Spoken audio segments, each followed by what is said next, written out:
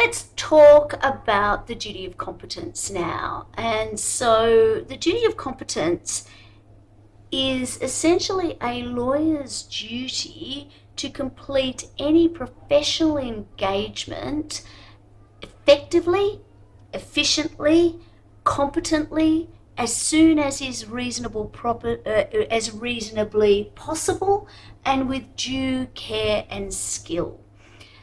So the question here that's arisen in the reading that you had from Legg and Bell is the extent to which a lawyer is required in the event that there is some form of AI that can do legal work for them to use that AI in order to be competent. Now, this is actually a bigger question than it sounds. Like, firstly, let's actually call out the elephant in the room here. Competence is probably not the standard that we've been aspiring to, right? We want to be great lawyers. We want to be strong lawyers. We don't just want to be competent lawyers. So competency is very much the language that's used by the courts when talking about the minimum standard that is applied. Now, as I've mentioned a number of times, and we'll get into this in more detail in coming weeks, the common law has largely been codified in the uniform law and in the solicitors' and barristers' conduct rules.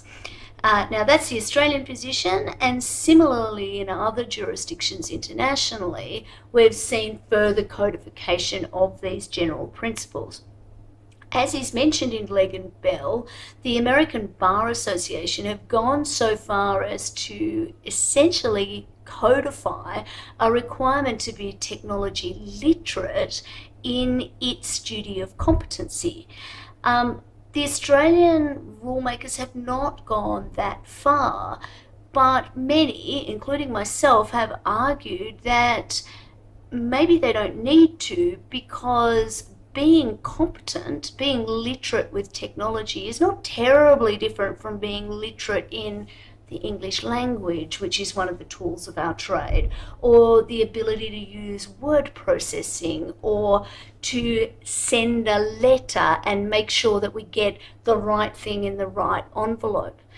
Now that's a bit of a trite example, but I'm using it purposefully because ultimately we're going to talk about privacy and data protection and our obligations as lawyers to maintain secure and appropriate controls in place to make sure that the data and information that belongs to one client isn't inadvertently or as a consequence of fraud mixed up with data and information that belongs to other clients, and that we don't breach our duty of confidentiality to our clients, which is a core part of our fiduciary duty.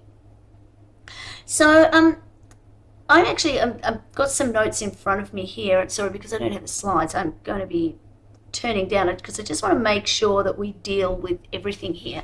So let's think about the schema of duties that we have to the client. Back in week 1, I talked a little bit about this idea of a hierarchy of duties.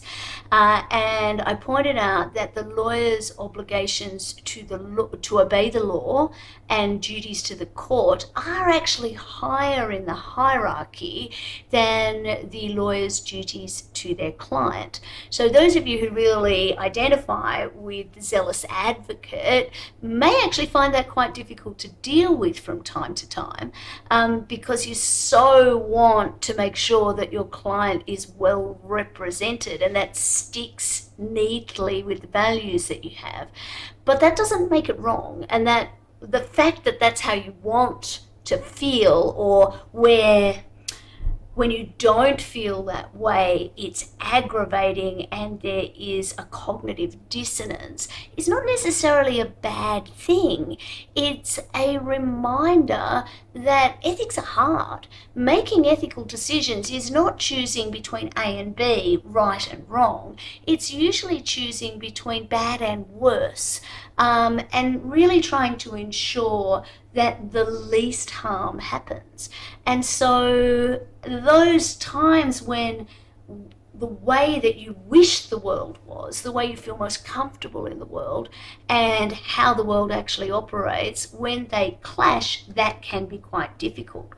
And particularly for most of us who, whether we're lovers or fighters, litigators or transactional lawyers, we want to see our clients succeed. We want the best outcomes for our clients.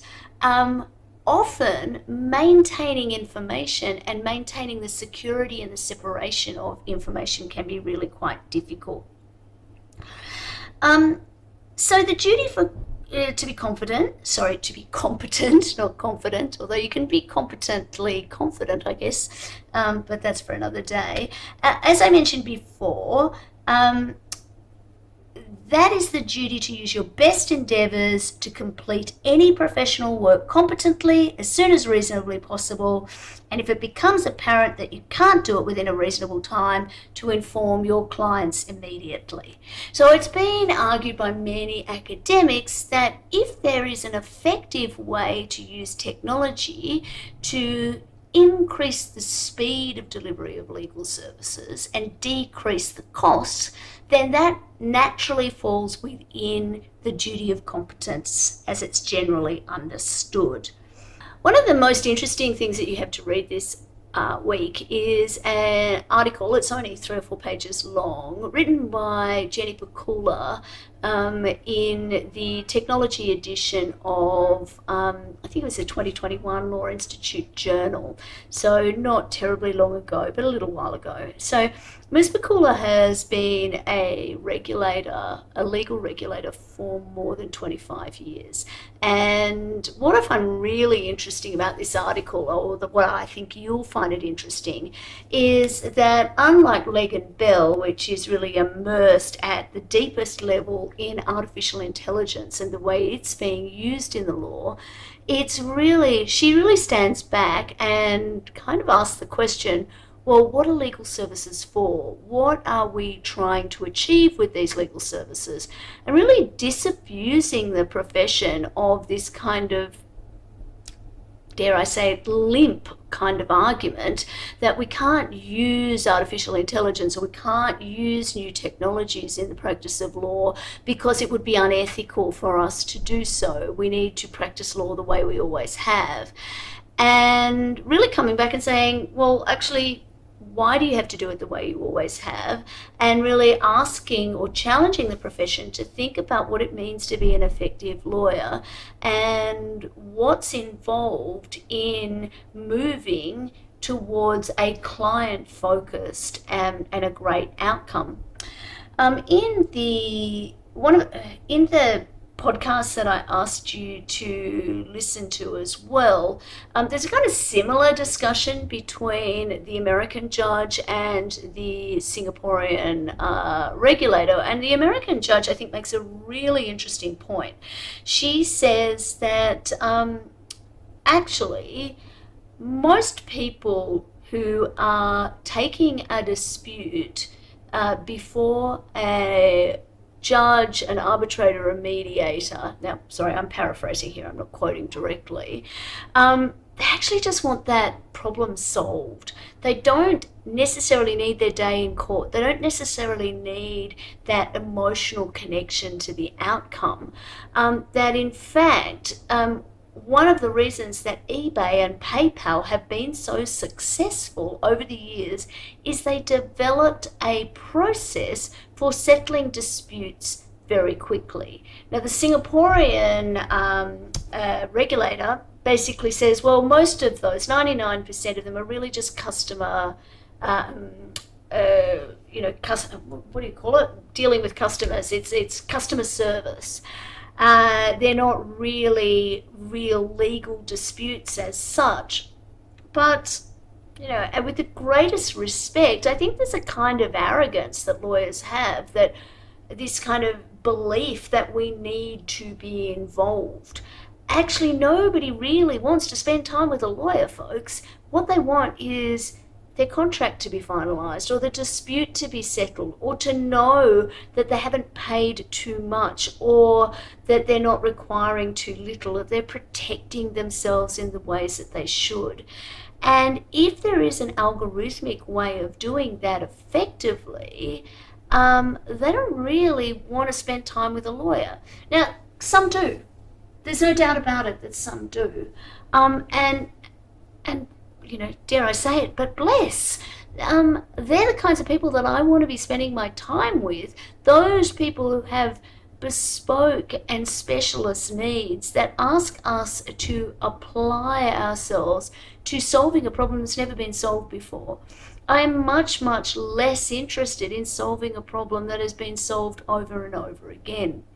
And so, look, clearly my opinion's coming out here quite obviously. I am all for using technology, particularly for repeatable processes. And as Jenny Pakula says in her article, I think we're kidding ourselves if we think that there's some sort of benefit from keeping document assembly away from the masses. Yes, some people may not have the exact most perfect document that they need, but do they actually, does that really make a difference most of the time? Part of the way we study law is by learning about the cases. We find out how the common law developed by seeing the outcomes, judgment after judgment after judgment. But when you think about it, the very fact that there is a judgment means that there was a dispute or a set of circumstances, and I'm talking about in a commercial law context here, that the parties couldn't reach agreement on, that they couldn't settle. And actually, when you think about it from the point of view of the parties, they don't care about the legal point.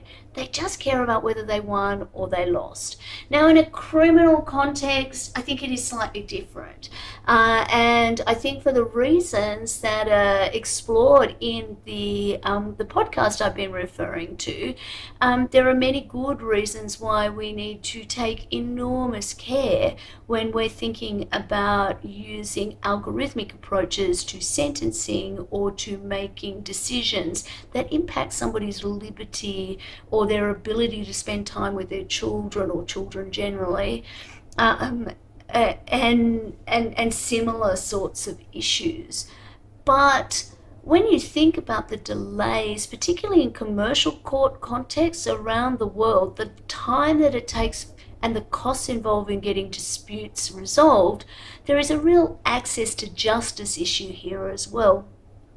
So ultimately, when we're thinking about competence, and we really pair it back to what is the right tool for the job, how can we move somebody's access to justice forward in the simplest, quickest, and most cost-effective fashion, then I think as a question of competency, we should be looking at, well, what are the most appropriate technologies to be used? However, in the reading and in the podcast that I've given you to listen to, you'll hear a number of quite different opinions to mine. What do you think?